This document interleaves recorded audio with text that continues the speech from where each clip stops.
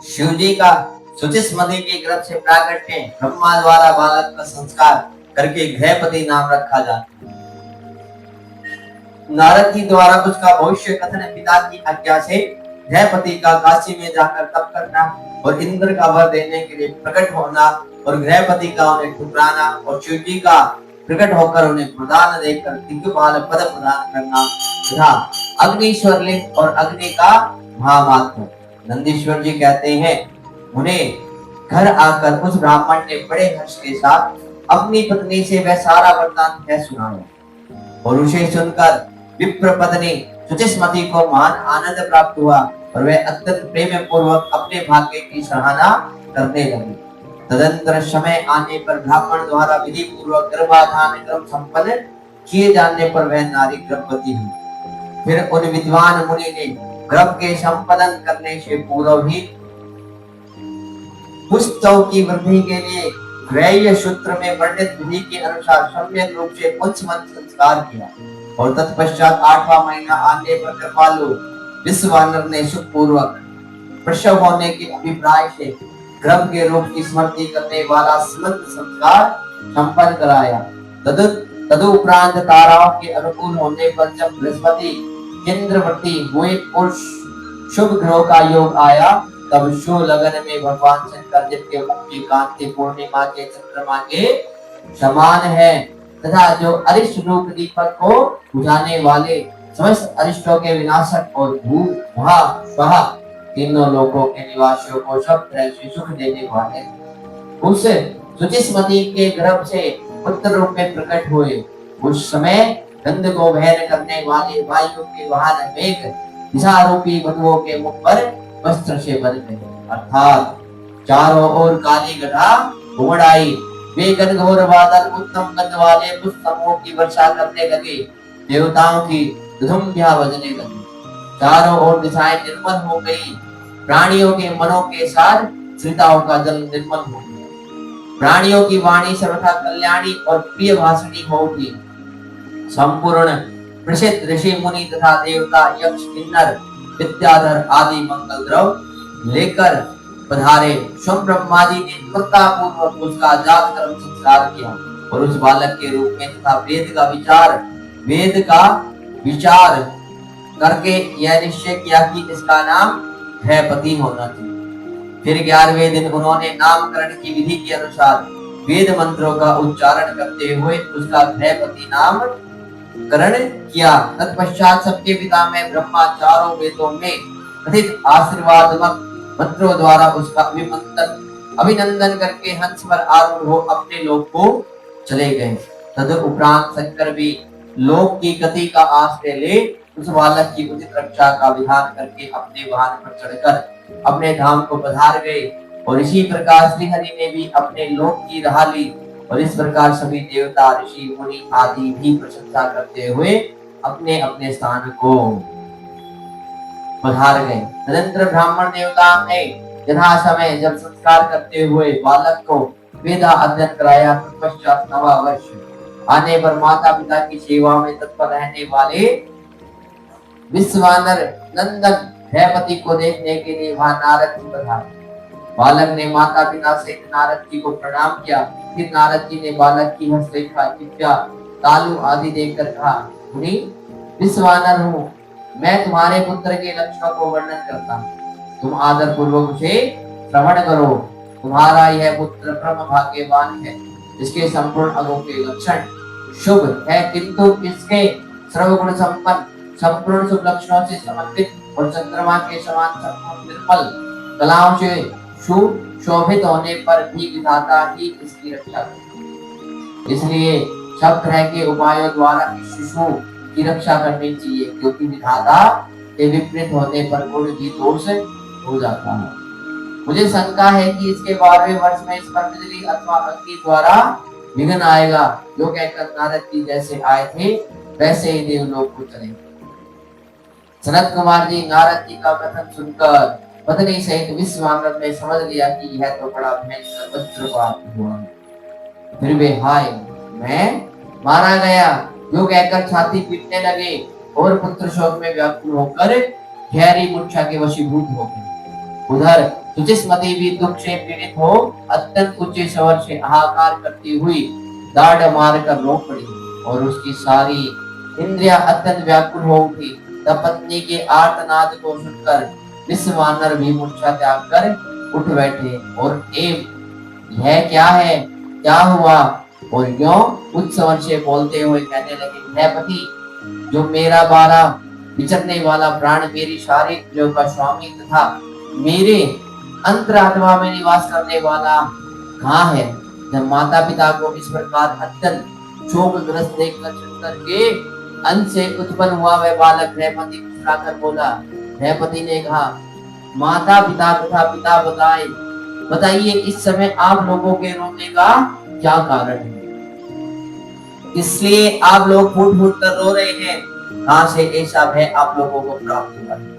यदि मैं आपकी शरण रेणुओं से अपने शरीर की रक्षा कर लूं तो मुझ पर काल भी अपना प्रभाव नहीं डाल सकता। फिर भी इस तुच्छ चंचल एवं अल्प बल वाली मृत्यु की तो बात ही क्या है।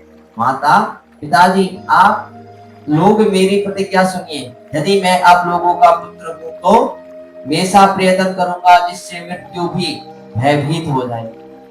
मैं सत्पुरुषों को सब कुछ दे डालने वाले सर्वज्ञ मृत्युंजय की भली भांति आराधना करके महाकाल को भी जीत लूंगा।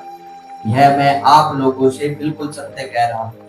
नंदीश्वर जी कहते हैं, मुने, तब वे जीव जदम्पति जो शोक से संपन्न हो रहे थे, रैपति के ऐसे वचन जो अकाल में हुई अमृत के घनघोर वृष्टि के समान थे, सुनकर संताप रहित वो कहने लगे, बेटा, तू उन शिव की शरण में जा जो ब्रह्मा आदि के भी कर्ता में वहां अपनी महिमा से कभी च्युत न होने वाले विश्व की रक्षा बड़ी है।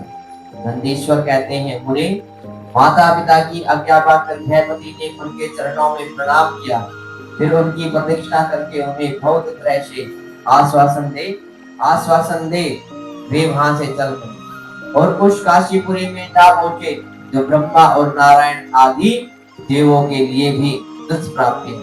महाप्रलय के संताप का विनाश करने वाली और विश्वनाथ द्वारा सुरक्षित थी तथा जो कंठ प्रदेश में हार की तरह पड़ी हुई गंगा से सुशोभित तथा विचित्र गुणशालिनी हर पत्नी गिरिजा से विभूषित थी। वहां पहुंचकर वे विप्रवर पहले मणिकर्णिका पर गए और वहां उन्होंने विधि पूर्वक स्नान करके भगवान विश्वनाथ का दर्शन किया। फिर बुद्धिमान गृहपति ने परमानंद मगन हो त्रिलोकी की प्राणियों की प्राण रक्षा करने वाले शिव को प्रणाम किया और उस समय उनकी अंजलि बंधी हुई थी, फिर सिर झुका हुआ था। वे बारंबार उस शिवलिंग की ओर देखकर हृदय में हर्षित हो रहे थे और यह सोच रहे थे कि यह लिंग निस्संदेह स्पष्ट रूप से आनंद कंद ही है। वे कहने लगे, अहो, आज मुझे तो सर्वव्यापी श्रीमान विश्वनाथ के दर्शन प्राप्त हुए, इसलिए इस चराचर त्रिलोकी में मुझसे बढ़कर धन्यवाद का पात्र दूसरा कोई नहीं है। जान पड़ता है मेरा भाग्य उदय होने से ही उन दिनों में महर्षि नारद ने आकर वैसे ही बात कही थी, जिसके कारण आज मैं कृतज्ञ हो रहा हूँ। नंदीश्वर जी कहते हैं, उन्हें इस प्रकार आनंद अमृत रूपी रसों द्वारा प्राण करके गृहपति ने शुभ दिन में सर्वहितकारी शिवलिंग की स्थापना की और पवित्र गंगा जल से भरे हुए 108 कलशों द्वारा शिव जी को स्नान कराकर ऐसे घोर नियमों का स्वीकार किया जो एक आत्मा पुरुषों के लिए दुष्कर थे। नारद जी, इस प्रकार एकमात्र शिव में मन लगाकर तपस्या करते हुए उस महात्मा गृहपति की आयु का 1 वर्ष व्यतीत हो गया। तब जन्म से 12वां वर्ष आने पर नारद जी के कहे हुए उस वचन को सत्य करते हुए वज्रधारी इंद्र उनके निकट पधारे और बोले, विप्रवर, मैं इंद्र हूँ और तुम्हारे शुभ पद से प्रसन्न होकर आ जाए।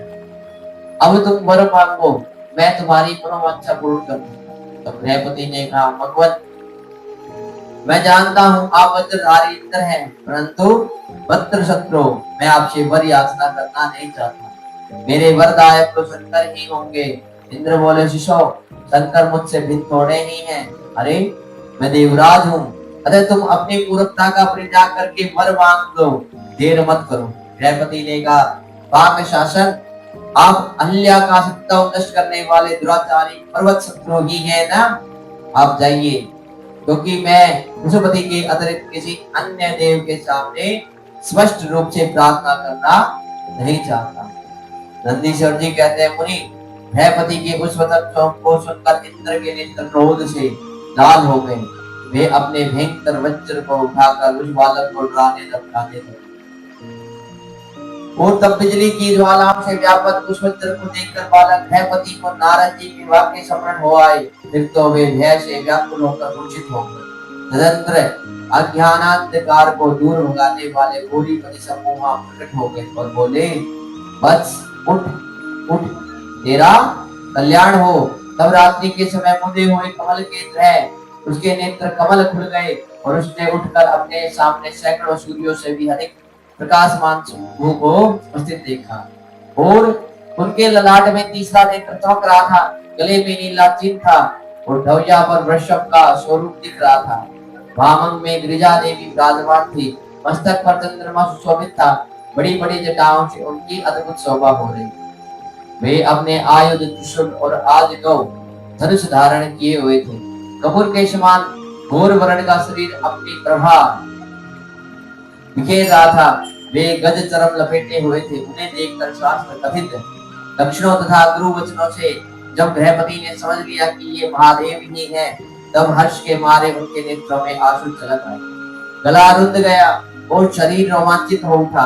वे क्षण भर तक अपने आप को भूलकर चित्रकूट एवं त्रिपुत्रक पर्वत की भांति निश्चल खड़े रह गए। जब वे सतवन करने, नमस्कार करने अथवा कुछ भी कहने में समर्थ न हो सके, तब शिव जी मुस्कुराकर बोले। ईश्वर ने कहा, भयपति जान पड़ता है तुम मत्स्यधारी इंद्र से डर गए हो। वत्स तुम भयभीत मत हो, क्योंकि मेरे भक्त पर इंद्र और वज्र की कौन कहे, यमराज भी अपनी प्रभाव नहीं डाल सकते। यह तो मैंने तुम्हारी परीक्षा ली है और मैंने ही तुम्हें इंद्र रूप धारण करके उठाया। भद्र, अब मैं तुम्हें वर देता हूँ, आज से तुम अग्निपथ के भागी होगे। तुम समस्त देवताओं के लिए वरदाता बनोगे। अग्नि, तुम समस्त प्राणियों के अंदर जठराग्नि रूप में विचरण करोगे। तुम्हें दिग्बाल रूप से धर्मराज और इंद्र के मध्य में राज्य की प्राप्ति होगी और तुम्हारे द्वारा स्थापित यह शिवलिंग तुम्हारे नाम पर अग्निश्वर नाम से प्रसिद्ध होगा। यह सब प्रकार के तेजों की वृद्धि करने वाला होगा। जो लोग इस अग्निश्वर लिंग के भक्त होंगे, उन्हें बिजली और अग्नि का भय नहीं रह जाएगा और अग्नि मान्य नामक रोग नहीं होगा, न कभी उनकी अकाल मृत्यु ही होगी। काशीपुरी में स्थित संपूर्ण समृद्धियों के प्रदाता अग्निश्वर की भली भांति अर्चना करने वाला भक्त यदि प्रारब्धवश किसी अन्य स्थान से भी मृत्यु को प्राप्त होगा, तो भी वह वही लोक में प्रतिष्ठित होगा। नंदीश्वर जी कहते हैं, उन्हें जो कहकर शिव जी ने भयपति के बंधुओं को बुलाकर उनके माता पिता के सामने उस अग्नि का दिक्पति पद पर अभिषेक कर दिया और स्वयं उसी लिंग में समा गए। इस प्रकार मैंने तुमसे परमात्मा शंकर के भयपति नामक अन्य अवतार का, जो दुष्टों को पीड़ित करने वाला है, वर्णन कर दिया है।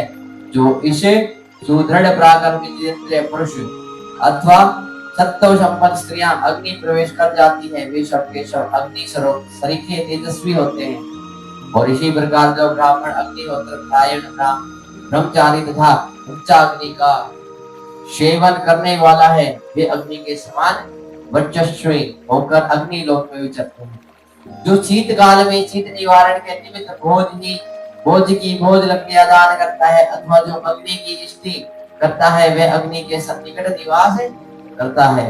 जो श्रद्धा पूर्वक किसी अनाथ मृतक का अग्नि संस्कार कर देता है, अथवा स्वयं भक्ति न होने पर दूसरों को प्रेरित करता है, वह अग्नि लोक में प्रशिक्षित होकर जीव जातियों के लिए ब्रह्म कल्याण कारक एक अग्नि ही है। वही निश्चय रूप से गुरु, देवता, व्रत, तीर्थ अर्थात सब कुछ। और जितनी अपमान वस्तुएं हैं, वे सब अग्नि का संपूर्ण होने से उसी क्षण पावन हो जाते। और इसलिए अग्नि को पावन कहा जाता है। यह शंभु की प्रत्यक्ष तेजों में धानात्मक मृत्यु उठती है, जो सृष्टि रचने वाली, पालन करने वाली, संहार करने वाली। भला इसके बिना कौन सी वस्तु दृष्टि गोचर हो सकती है। इनके द्वारा भक्षण किए हुए धूप, दीप, नैवेद्य, दूध, दही, घी और खंड आदि का देवगण स्वर्ग में सेवन करते हैं।